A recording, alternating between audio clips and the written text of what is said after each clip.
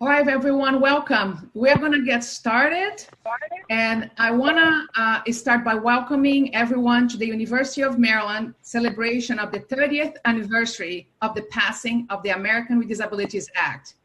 I am Anna Palakane, and I'm one of the co-chairs of the University of Maryland President's Commission on Disability Issues. And I use she, her, and hers pronouns. Thank you very much for joining us. We have almost 500 guests from all over the world, from the United States and the state of Maryland. And I want to extend my special welcome to our University of Maryland students, faculty, staff, and our alumni. It is a privilege and an honor to have a conversation with you, Judy, a disability rights activist, an author, and a great partner in our goal to make our university and our world more accessible. So thank you for being with us. Thank you for asking me. So you need to describe what you're wearing and what's behind you. So it's amazing. Yeah, so I'm wearing black, and I have my little pearl necklace, and I have on behind me, it's a University of Maryland round window with the University of Maryland logo in the center. That's one of the windows of our alumni center. Thank you, Judy, appreciate it. And I do not look anywhere near as elegant as you do. So I have on a t-shirt. I went this morning to National Rehab Hospital to get my seating system adjusted. So I didn't dress the same way, but I do have a Frida Kahlo t-shirt on. I'm a white disabled woman in a wheelchair. I'm wearing red glasses, and you can put different scenery behind you. I learned a couple of weeks ago. So right now I am in the middle of tall green grass with a lot of sunlight, which is of course not the way I'm living in my house. And in reality, I'm in our foyer. Wonderful. Thank you, Judy. I think it's really great, for us really to begin to have the habit to describe ourselves, because we do have a lot of our participants today who cannot see us. So I want to also welcome my colleague, Paul Yeager. Paul is also a co-chair of the commission, and he's joining us by phone. Hello, Paul. Welcome, everyone. Thank you for coming. Thank you, Paul. And our Vice President for Diversity and Inclusion, Dr. Georgina Dodge, will be giving us some remarks shortly. So Dr. Dodge has been working very closely with the commission with us since she joined the university last June. So again, thank you, Georgina, for joining us today. You're welcome. It's a pleasure to be here. Thank you. Adit, why don't you describe the way you're dressed? Certainly. So I am Georgina. I use she, her, hers pronouns. I am a woman of African heritage and Asian heritage. I have on some readers because my eyes are fading as I age. And I have on a bright blue shirt. Thank you, Georgina. And I also want to welcome Adit Jumalapalli. Adit is a graduate, our 2020 graduate of our mechanical engineering program, and a leader of our student advisory committee. So it's also with us here today. So hello, Adit. Hi, it's an honor to be here. Thank you. So describe how you look and where you are. Sure. I am I'm a male of Indian descent. I have on glasses, and I'm wearing a blue and orange button-up shirt. And he's got glasses and beautiful black hair and a beard and a mustache. Thank you for that. I think he's in a room in his house, right? Yes, I am. Yeah. Wonderful. So before we actually start the conversation with you, Judy, I want to share with everyone about how the event is going to work. So during the entire event, the videos of sign language interpreters will be displayed alongside with the presenters. As many of you can see right now, we do have Rebecca, one of our interpreters, with us on the screen. You are not able to pin the videos of presenters nor the videos of the interpreters. And we will have several speakers on view. So for a better experience, if you have the choice of choosing between using a desktop or a mobile device, we recommend that you use a desktop. Card service can be enabled by clicking the closed caption feature located on the bottom of the Zoom webinar. And you can also access captions on your own device using the stream text link provided on the chat. The chat feature on Zoom is not active because it can interfere with the speech reading software, but you can use the Q&A feature to ask questions to Judy and to communicate with our team about any issue that you might be experiencing during this event. I want to thank all of you who submitted questions in advance, and we try to implement and include them as part of our conversation. And we will soon have a conversation with Judy about the past, the present, and the future of the American with Disabilities Act. And of course, due to time constraints, we may not be able to ask all the questions during the Q&A session that we're going to have at the end. The event recording will be available at the pcdi.umd.edu website. I also would like to thank our President's Office and the University Libraries for sponsoring this event. I want also to acknowledge the attendance of Patty Perillo, our Vice President for Student Affairs, Jeff Hollingsworth, Vice President and CIO of the Division of IT, Carlo Colella, Vice President for Admin and Finance, and Secretary Carol Beatty, Maryland Secretary of Disabilities. I'd like to thank you very much for your support and for taking the time to be with us today. I now want to get started and invite Paul Yeager to share about the University of Maryland President's Commission on Disability Issues. And again, Paul is joining us by phone. So Paul, I turn it over to you. Thank you. Good afternoon. As Anna mentioned, I am Paul Yeager. I'm a professor at the College of Information Studies here at the University of Maryland, and I have the honor of serving as co-chair of the President's Commission on Disability Issues with Anna.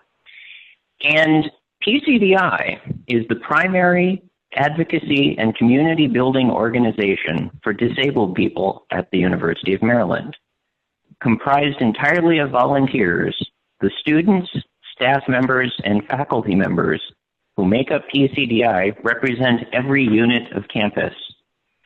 Additionally, the PCDI Student Advisory Board provides further opportunities for students to participate in the work of advocacy and community building. PCDI's efforts range from founding the Disability Summit, an international cross-disciplinary cross-disability conference, to advising campus leadership on disability-related issues, such as reopening the campus in the era of the pandemic. Key long-term projects include creating a disability cultural center on campus and building a disability-focused bachelor's degree to complement the recently established disability studies minor. Our program today, celebrating and exploring the legacy of the ADA at 30, provides the opportunity to learn from a central figure from the disability rights movement who can help provide insights into the development of the laws and the movement itself, as well as the ongoing challenges to the implementation and even the existence of civil rights for disabled people. If you aren't familiar with the achievements of our distinguished guests, you will be amazed. If you aren't familiar with the challenges still faced by disabled people, you will be alarmed. But no matter what you bring with you to this program, we hope that you will leave with a heightened understanding of what has been accomplished, the vital importance of protecting and extending these accomplishments, and the distance we have yet to travel. So, on behalf of PCDI, welcome and thank you for joining us today. Thank you so much, Paul. I really appreciate your words and your warm welcome to everyone. I'm now going to invite Dr. Georgina Dodge, Vice President for Diversity and Inclusion, to give some remarks. Georgina? Thank you, Anna. I am delighted to welcome all of you to the University of Maryland's celebration of the 30th anniversary of the Americans with Disabilities Act. The ADA became a civil rights law in 1990, prohibiting discrimination based on disability. I am delighted that we have this opportunity to recognize important moments in our history during this present time of vital activism. To continue moving forward, we are wise to reflect and learn from people and events that created avenues for progress. 10 years ago, I was in Iowa, and I had the honor of celebrating the 20th anniversary of the ADA with Senator Tom Harkin. Some of you know that Senator Harkin authored the final bill for the ADA and was its chief sponsor in the Senate. When I shook his hand and thanked him for all that he had done, he replied that not only was it the right thing to do, it was the only thing to do, and that while much had been accomplished, there was still a lot of work that needed to happen. I appreciate Senator Harkin placing his actions on a continuum that began before him with notable activists and leaders like Judith Heumann, who we have the privilege of hearing from today. As we celebrate the accomplishments of our heroes like Judith Heumann, Senator Harkin, and so many others, I want us to also acknowledge the work that is happening at the present moment in our community. In particular, I want to recognize the President's Commission on Disability Issues, which has worked tirelessly to advance our campus conversations and actions on issues of access, treatment, culture, policy, and more regarding our community with disabilities. Under the leadership of its co-chairs, Anna Paula Kane and Paul Yeager, the Commission has helped to guide this institution in the right direction. I am always honored to learn from the wisdom of the Commission, and the university benefits from the advocacy of all the Commission members. Thank you for everything you have done for UMD. Of course, there is still plenty of work ahead, and this is where all of us come into play to support and enhance the efforts of the activists and advocates in the disability rights community. So I want to thank everyone for what they have done to advance this work. And again, I'm honored to be with you, to support your work, and to work alongside you to make our campus, our country, and our world a place of inclusion for all. Happy 30th anniversary to the ADA. Thank you very much. Thank you. Thank you. Thank you, Georgina. Really, really appreciate it. And Georgina, you're going to be with us during the entire event, but for yes, making the viewing of all our guests a little bit easier for everyone, especially those who are using small screens, I'm going to stop your video for now, but I'll bring you back during the Q&A. So thank you again, Georgina, for your remarks and for working closely with us. All right, so I now, have an honor to introduce Judy Heumann. Judy, it's really an honor to have you with us today. We've been in communication with you for many years, and it's been personally talking, something that I want to really create and cause to happen on campus for a while. And I personally been with you in one of your trips to Brazil, and Paul and I met with you at your house several years ago to really begin to discuss and get your advice on some of the work that we are doing at the University of Maryland. So I really thank you, and I want everyone to know that Judy has been engaged with us in this past years. I recently watched Creep Camp, and for those of you who have not watched the documentary that is available on Netflix, and I really recommend that you do. And I also finished listening to your book, Judy, your memoir that's called Being Human, an unrepentant memoir of a disability rights activist, and I listened to that. I prefer, audiobooks than a book. And I'm really proud. And the audiobook was read, for those of you who like audiobooks, was read by a woman named Allie Stroker. And Allie is a friend, but she's also the first wheelchair user on Broadway. And she also won a Tony Award last year for her performance in Oklahoma. And here's what the book cover looks like. It's Being Human, an unrepentant memoir of a disability rights activist. It was written by me and a woman named Kristen Joyner. Get it?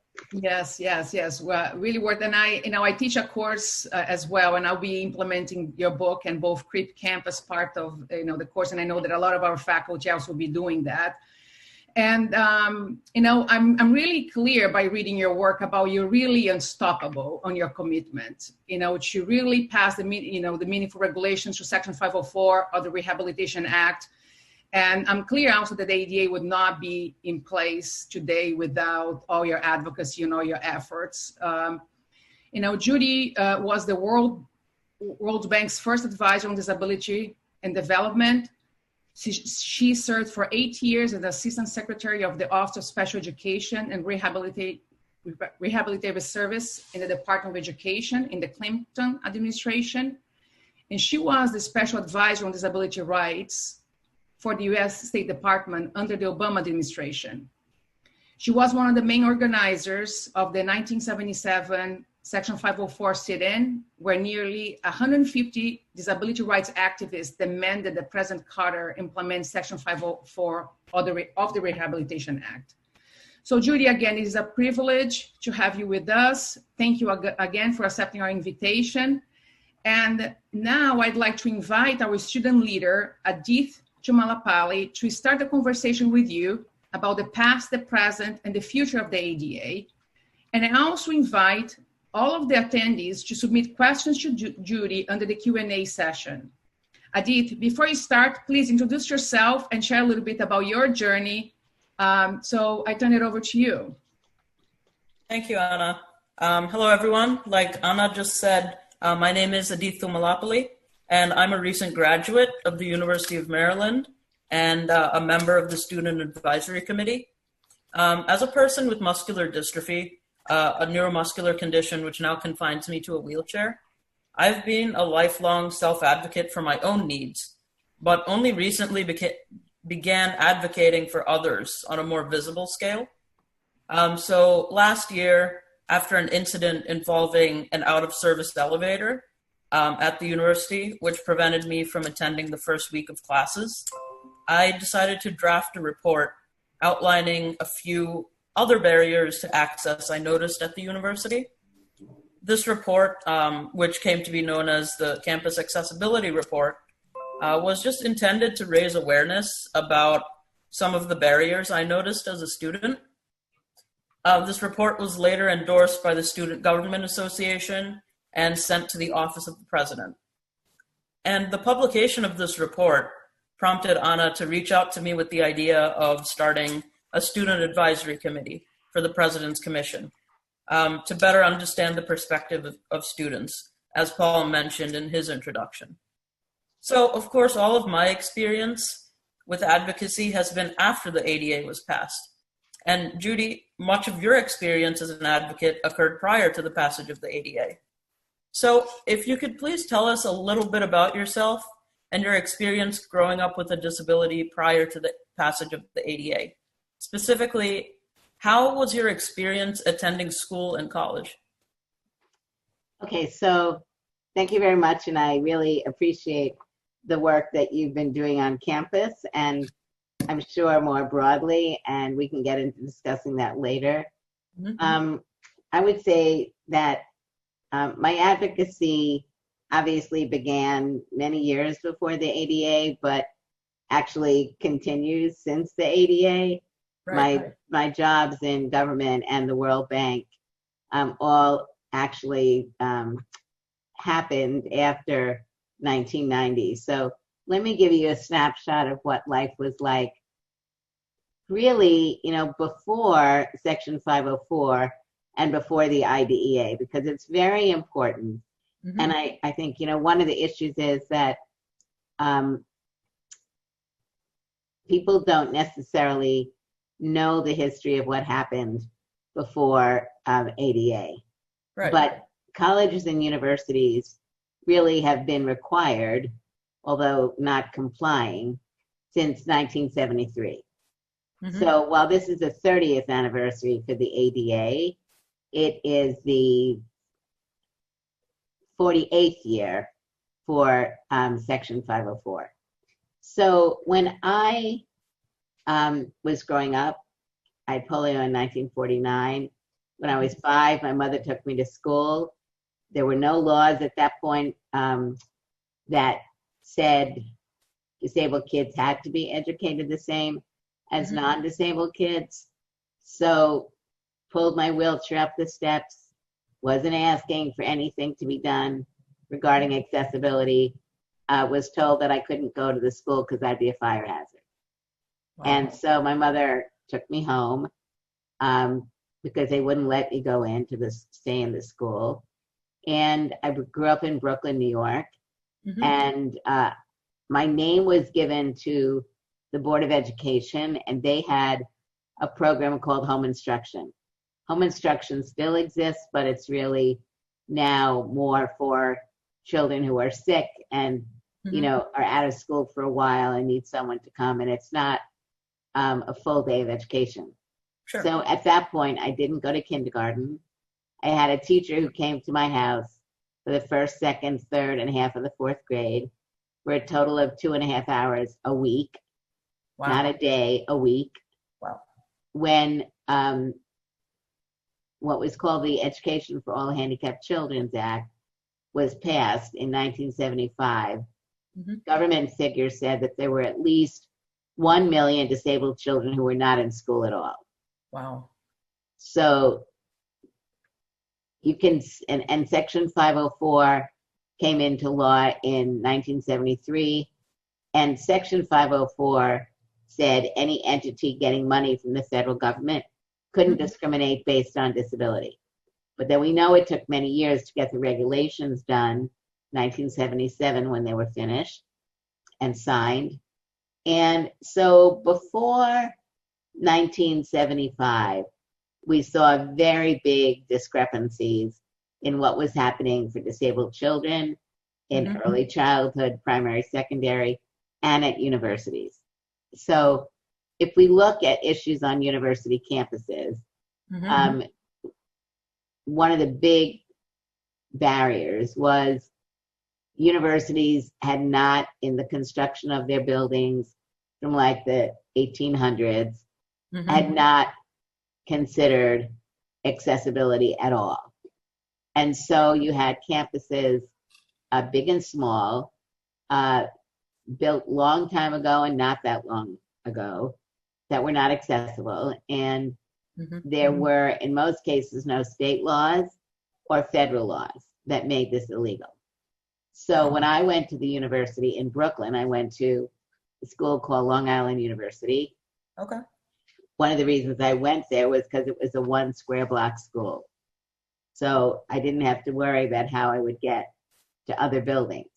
But, and I lived on campus, there were 2 steps to get into the dorm. There was a step to get into the bathroom. So anytime I needed to go to the bathroom in my freshman or sophomore year, I had to get someone to tip my wheelchair and push me in the bathroom. Anytime I wanted to come or go from my dorm, I had to get someone to pull me up or help me down steps. Wow. At that point, we were beginning to organize on campus. We had no disabled students program. I started going to college in 1965.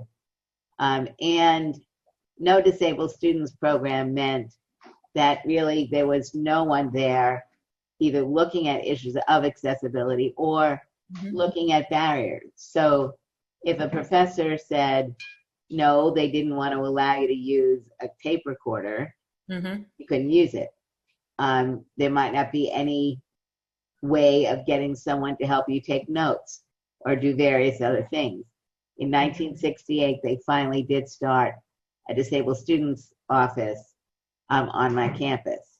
So many one of of the interesting things, there was a story that was told in the newspaper our college paper, Siwanaka, talking about the problem of accessibility.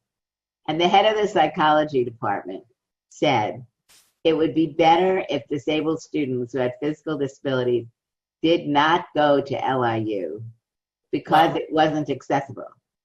Wow. And that it was psychologically damaging for us to be going to a school where things weren't accessible. Instead of saying, well, there's no reason why we can't make this school accessible. Right. So I'm trying to give you a little bit of the mindset. And even when we had the passage of the ADA, there were many changes that already had started to happen because of Section 504 and other pieces of legislation. Great. So yeah, like you were saying, many of the accommodations we take for granted these days that exist, like being able to have a note taker, many of the accommodations that students with disabilities are afforded in colleges these days, they were difficult to get prior to the ADA. No, that's wrong. Oh, is that wrong? Yes, it's not wrong that it was difficult to get, Right. but it's not the ADA. It's 504. It's Section 504. And the reason I say that is so important Right. is because universities have been out of compliance since 1973, not 1990. And that's a very important thing for people to realize. Yeah. It's my husband. He's moving through the foyer. Hi, nice to meet you. Hello. So Judy, in your book, you shared how you were denied teaching credentials by the New York Board of Education. So could you tell us a little bit about that experience and how that, prompted you to become the great disability rights advocate you are today? Well, I want to say thank you. But like you and thousands of other disabled people around the world, we are activists. And, that's very important. I'm one of the many, and I'm very proud to be one of the many. So again, when I applied for my teaching credential in 1970, there were no laws. There was no federal law that made it illegal to discriminate against one based on their disability. Right.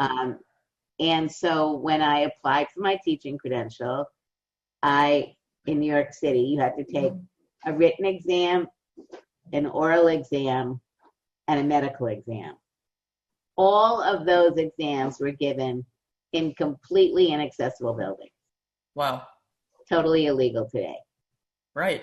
I had to get my wheelchair pulled up 1 to 2 flights of stairs for each one of those exams. I passed my oral, I passed my written, and you've read the book, so you know that I was failed on my medical exam.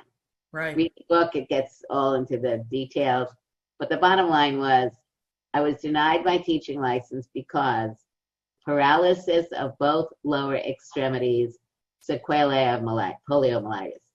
So today, you would never get that as a denial. Not that you might not be denied, but nobody would be stupid enough in a government agency to write that. So it was really an important time in my life, Adith, and I'm sure you and many others have had these experiences in your life where something that's very important to you is denied, and you very much believe that it was denied because of your disability, and to have to make a decision, what are you going to do?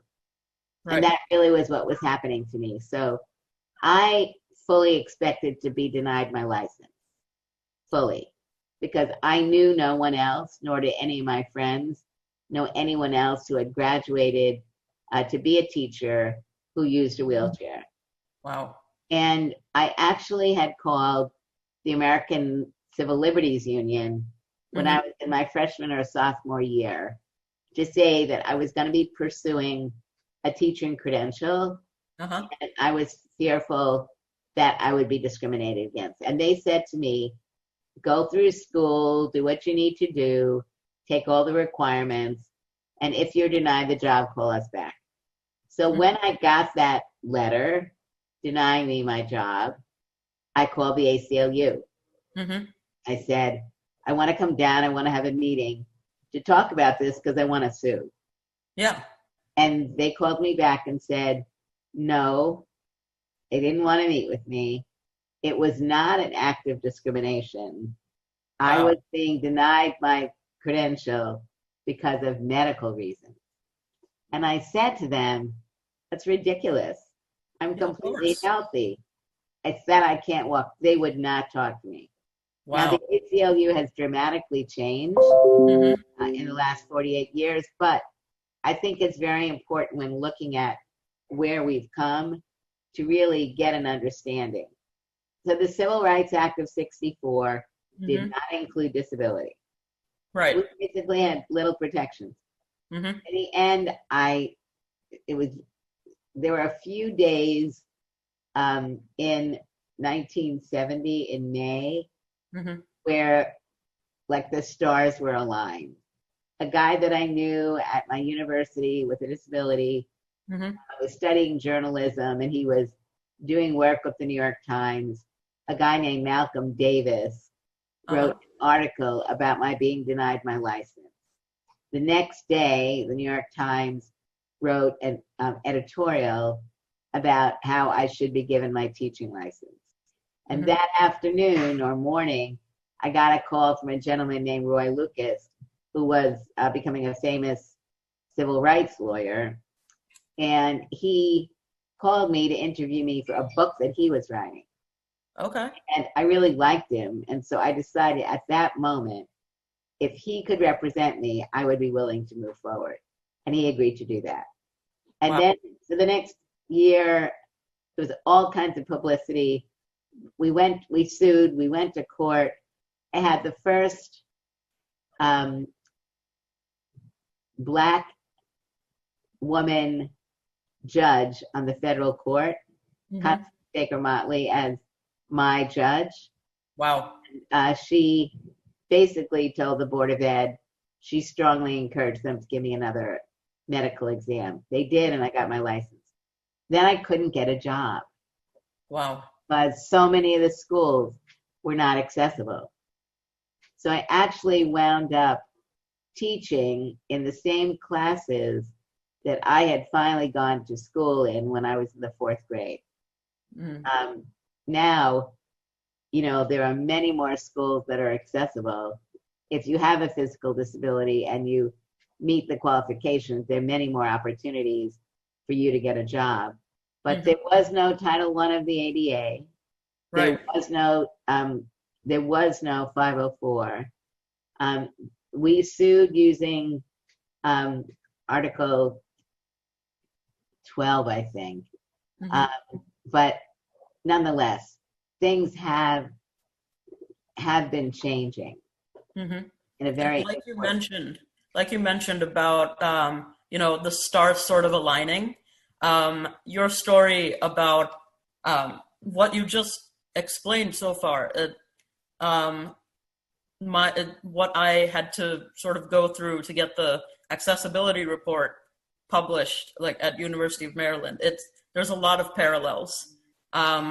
This issue first became, it came to the attention of the student body because a reporter at the Diamondback, which is our campus newspaper, wrote an article. And there were a series of articles written about it. And so that sort of thing. And I had a friend at the Student Government Association, Doron Tadmor, and he actually reached out to me and said, hey, I read this article about you in the Diamondback. How about we get together and talk about, steps we can take to actually get things done, to actually, get this, communicate all of the things that are going on to whoever needs to be informed at the University of Maryland and get things moving. And you also talked about how things have changed. So let's talk a little bit about the ADA and Section 504 today. Could you briefly explain what the ADA is? Because we have lots of participants in this webinar who may not be as familiar as you and I and some of the others are. and whether you feel it's working as intended. So in other words, do you feel it's done its job? Okay, so the Americans with Disabilities Act makes it illegal to discriminate against someone with a disability in the public and private sector. Mm-hmm. What's very important about the ADA is that it covers the public sector.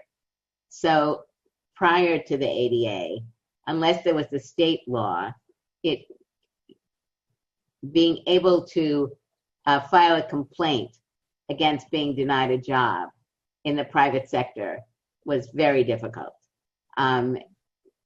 Shopping malls, movie theaters, restaurants, office buildings, all of that, nothing was required to be accessible. You could deny someone a job based on their disability. So ADA really, in my view, has been very important because it really, with 504 and other laws, has laid the groundwork for transformational things in the United States. Mm-hmm. I suggest that for those of you who have disabilities, you do go online and look at the Americans with Disabilities Act, and maybe that even can get posted here so that people can look at it. And has it done everything that it's intended to do? Of course not. But I think it's very fair to say that 504 and ADA and IDEA and many of these laws, in particular before the Trump administration, were really being implemented in a reasonable way. Many of us would complain not strong enough, but I think they've been very committed people in administrations where there was not an approach to be hesitant on enforcement, but rather to move forward. The Olmstead decision in 1999 on enabling disabled people to live in the community, very important piece of legislation. Very important court case that was being moved forward in the Bush administration and much more strongly in the Obama administration, and on and on. So what we have is moving forward, not as strongly as we would all like it to be, which is why we need to really have good people in government really pushing for these issues. But the ADA, as I said, is an anti-discrimination law. So it is not a law, for example, that deals with home and community-based services. Right. And that is a very critical issue, not just for people like yourself and myself, but for others who are becoming older and needing personal assistance to keep people out of nursing homes and more segregated environments. So, and we need better enforcement and better laws in the area of housing, non-discrimination, in rental, in construction. So there are a myriad of other things that need to be done. But I would say that what's very important, and it's the lead into your question, people need to understand what 504 and the ADA is. Right. To understand what your rights are, you need to understand what agencies have responsibility. If you believe you've been discriminated against, how do you file a complaint? But I also think it's very important to look at your state laws, because in many cases, your state laws may be stronger than the federal law. So know your rights under your state laws as well as know your rights under the federal laws. And remember, the federal laws are a floor. So those that may not discriminate, what the federal law and regulations say is the floor. It's not the ceiling. So, in states like California, Title I in the area of employment covers companies that have 15 or more employees. The law in California is 5 or more. Wow. So you can see, So, and I really want to underscore that it's great the work that Anna and Paul and others have been doing. Moving this issue forward, moving towards disability studies as a major, looking at a cultural center, all those things are very important. But I think it's very important that students like yourself, now you're an alumni, I think alumni can play a very important role. You no longer have to be afraid about what could happen on campus.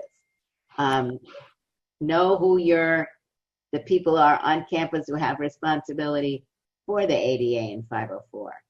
In other words, was there a plan that the university had that they developed in the 1970s to ensure as new buildings were being constructed, as buildings were being renovated, that there was a plan to make sure it would be done right, looking at issues of website accessibility, captioning, interpreters, services for students who have whatever disability.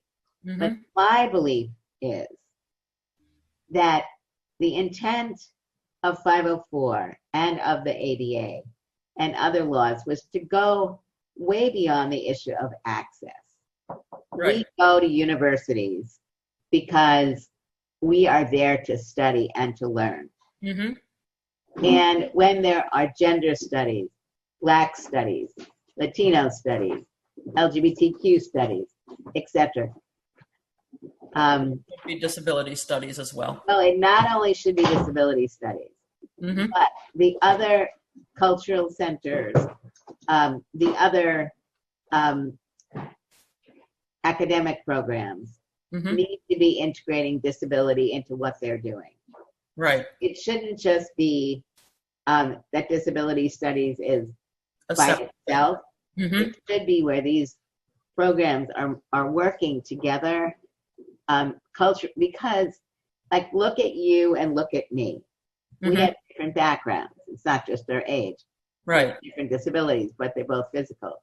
But we have different backgrounds and very much may like to be able to be involved with cultural centers that deal with different aspects of who we are. Right. And since ultimately, what are all these laws intended? All these laws are ultimately intended to help facilitate inclusion and a more diverse society. So that's why I think, I don't know how many cultural centers already exist on your campus, but are there many? How many? There's a few, yes. There are a good number. And who does not yet have a cultural center that wants one? I'm not entirely sure. That would actually be a question for more of the student body. No, it'd be probably a question for the administration. Administration as well. They know what they have. The student body would know what they want, but yeah. So I think, I appreciated very much Georgina Dodge's comments. And I think it's really important that, as Anna and Paul have been discussing, the ability to really get students and faculty more engaged in what's going on in campus life. Ultimately, I really feel that it's important that you are able to expect accessibility, expect the accommodations that you as a student and faculty need to be successful, and that you're at the university to learn.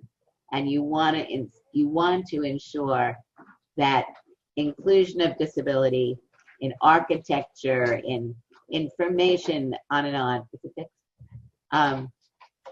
is dealt with. And that you're all being brought to the table to look at how to do it better, how to expand it, how to recruit students to study in these fields, that diversity includes disabled individuals of all colors and religious backgrounds and sexual orientations. That's really where I believe we're ultimately going. We as disabled people do in many ways want to have opportunities to come together, to talk together, to support each other, but we also want to be able to feel respected and valued in the university life overall, and not just that when someone sees a you or me, they think we're going to talk about a ramp or a bathroom.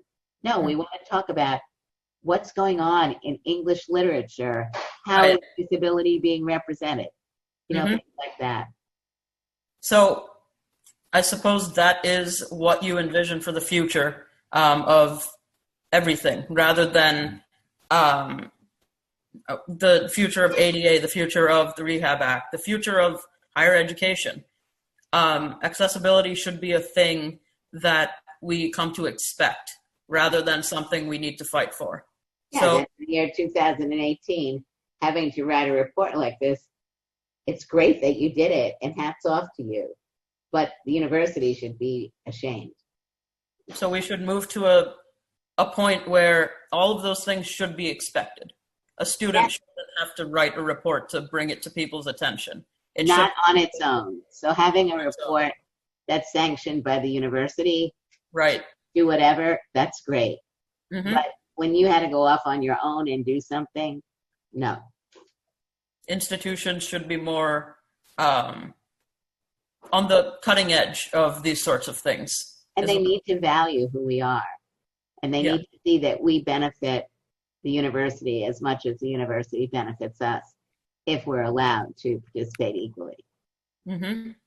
And we're actually a bit short on time. We'd like to get to some audience Q&A. But before we get to that, so usually policy ends up taking quite a bit of time to get implemented, right?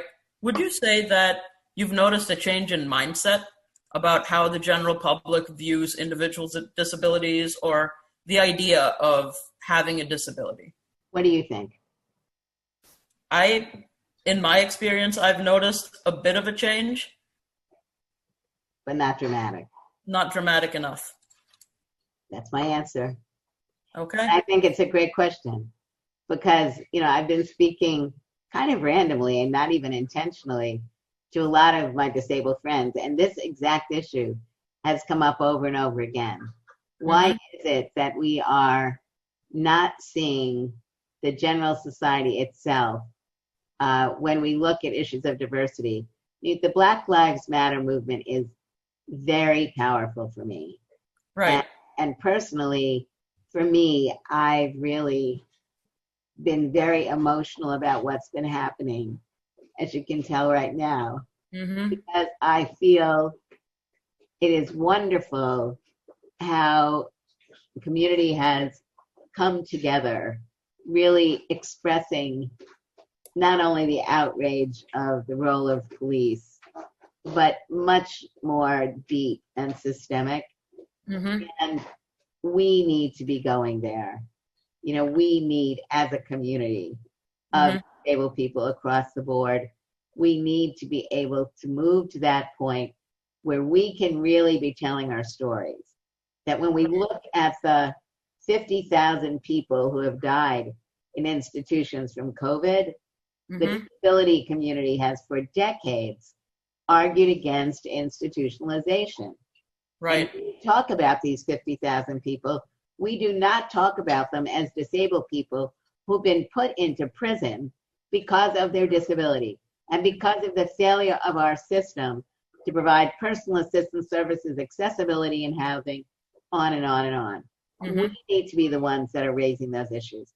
We need to be the ones that are talking about school to prison pipeline and the number of kids in juvenile facilities, 60 to 70% who have disabilities. Many of these kids are first being identified when they're in a juvenile facility. They were not identified, or they were identified and didn't get the services they need. They come from poor families. They're significantly people of color. These are issues that universities should be dealing with.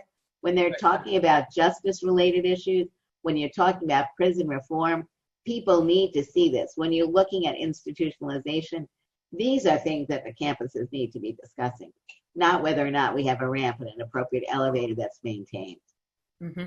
Thank you so much for your perspective, Judy. I'll now turn it back over to Anna to ask a couple of questions that some of our audience members have submitted. Anna? Thank you. Thank you, Adit. Thank you, Judy. And we did receive a lot of questions, and I want to acknowledge that we have about 7 to 8 minutes for questions right now.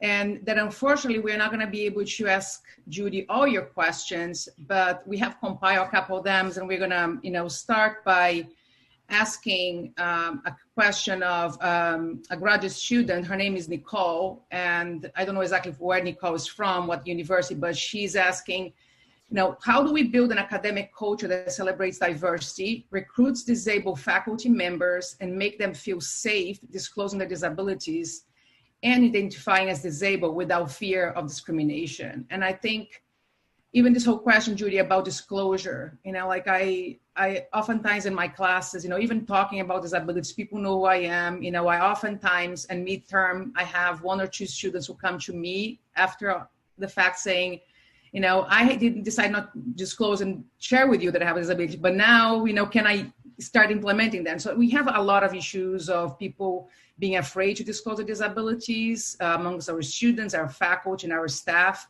So can you speak a little bit about that? Yeah, maybe we could put Georgina on too. Okay, yes, I'll bring Georgina back. Yes. Hi, Georgina. So I think this is about leadership. It's all about leadership. When Secretary Clinton in, I think, 2011, so, the State Department has something called Foreign Service Officers who work all around the world, and many of them are working in situations that are, very volatile. And so, of course, a number of Foreign Service Officers have PTSD, but it was never anything that was acknowledged. Exactly as you're saying, people had to hide it. They couldn't talk about accommodation. They couldn't talk about basic needs that they had to be able to perform their job. When she came out with a statement to all staff, basically saying, we presume that if you were in certain posts, that you may well have some mental health needs. Please do not hide them. You can discuss them because we're here to help you. Those types of statements are very important. So I think the university needs to look at how is it dealing with diversity across the board? What are the goals of the university in increasing the diversity for Black faculty, Latino faculty, on and on and on? How does disability fit into that? And what needs to be done to ensure that in the recruitment that is occurring, that you are allowing people to understand that you are looking for people who meet these qualifications. If you have a disability, that is not a negative. It is a part of who you are. That's number one. The other is, I think it's a very deep-seated problem all across the country that people are afraid, even in big entities, to discuss what their needs are. So there needs to be a more open, supportive environment where supervisors, deans, people in leadership position are getting some training and briefing, like what are they saying to staff? What are they saying to students? Having a discussion about disability and how it is something that the university clearly is embracing more and more. So speak about it in a positive way. And I think speak publicly about what you've just said. We know there are students and faculty who could benefit from being, even if they don't need an accommodation. When you can't talk about who you are, if you have diabetes or depression or anxiety or a history of cancer, whatever it may be, when you're afraid of discussing it because you're afraid of not getting a promotion, of not being able to get into graduate school. I mean, I see it all the time.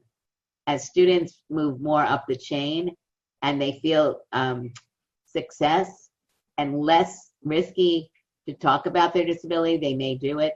But that's something that we should be encouraging for applicants of universities and for reaching out to faculty and recognizing that as culture change is being, as programs are being developed to address culture change on our campuses, disability needs to be an equal part of those discussions.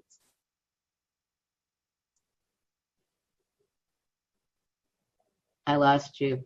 Yes, thank you. Thank you. Thank you so much. I think that's a concern and something that we continue to work on and also even educating people about the processes that they have to follow, because sometimes people don't even know that depression is part of a disability that is. That's a very important under point. the ADA, And That's I think very important. I agree. And I think right now with people reopening the campuses and, because of COVID and, really what is considered disability, what is not. And I think education in this area is essential, very, very, essential.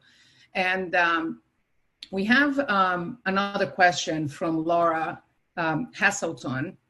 Laura shares here, and she shares a lot about being an advocate, and she's asking about how do you stay positive and keep your energy moving in the face of cruelty, dismissal, or just being told that something is impossible or that you're not going to be able to get it done. Do you have advice for activists and advocates, new in experience in keeping up with what it takes to accomplish? I think it's very important to have friends who have a similar vision and who you can commiserate with and get support from. And they don't all have to have disabilities, but people who've been involved in the struggle for civil and human rights in general, and are supportive and understand what it is we're trying to do. It is true that my friends call me like the Energizer Bunny. My husband's always like, she never gets tired. I don't understand it. But it's because I get really, because I know that we have come far and we have so much further that we can go. So it's really working together. As I said, it's coming together to go apart. Yes. Thank you. Thank you, Judy. Now, unfortunately, we just have a couple more minutes before we close the event. And my final question to you is really, what are your final thoughts and your charge to all of us? We have about... Believe in yourself. Believe in your community. Don't give up. Become knowledgeable in areas that others don't have the same knowledge. Be able to anticipate the opposition, plan for it, educate yourself, reach out, work beyond our community, work in supporting other communities. Look on your side and look behind you and in front of you and see how you want to expand the circle. But believe in yourself, find your friends and allies. And I think it's also important, we don't have time now, but tell your stories to your friends and family. Look at the stories that you can tell about, like when I was in a restaurant with a bunch of friends and the manager told me that we had to leave. I was like, I'm not leaving. What am I going to do? And I just said, call the police. And we sat down. And of course, he wasn't going to call the police. And we ate. Now, should we have spent our money there? I decided yes. Because I did not want to leave because this guy didn't want wheelchairs. And I've got a million of those stories. Think about the stories when you said no. Think about Atif and the work that he has done. Think about the work that you have done, that your parents, if you have kids, if you had your disability when you were younger, the work that your parents did to support you moving forward, the work you're doing as a mentor. There's so much out there. And I think it's important to celebrate our victories and make sure that we keep our eye on where we want to go. Great. Thank you, Judy. Thank you so much. Unfortunately, we are out of time, and it's been a real pleasure to be with you today. Thank you, Georgina. I want to really complete today's events, also extending my gratitude to the planning committee to this event, Paul Yeager, Alex Patterson, Joellen Barnhart, Ira Kramer, Mary Parker, Harvey, Nedelina Chanagalova, Wes Bast, and our ASL interpreters, Francie and Rebecca, and our card provider, Darian. So, and again, for all of you who joined us today, thank you so much. Thank you for participation and support. The recording of this event is going to be available at pcdi.umd.edu. And again, Judy, thank you so much. We hope we can bring you back soon again. Yeah, I'd love to. Paul and I will be in touch with you so we can complete this conversation and continue to create the future. For all of those of you attending, thank you again for being with us. Stay well, stay connected. And again, goodbye. And we'll see you, hope to see you all again soon. Please continue to be engaged with us. Judy, thank you again. Thank you all for being everybody. Bye. Bye-bye.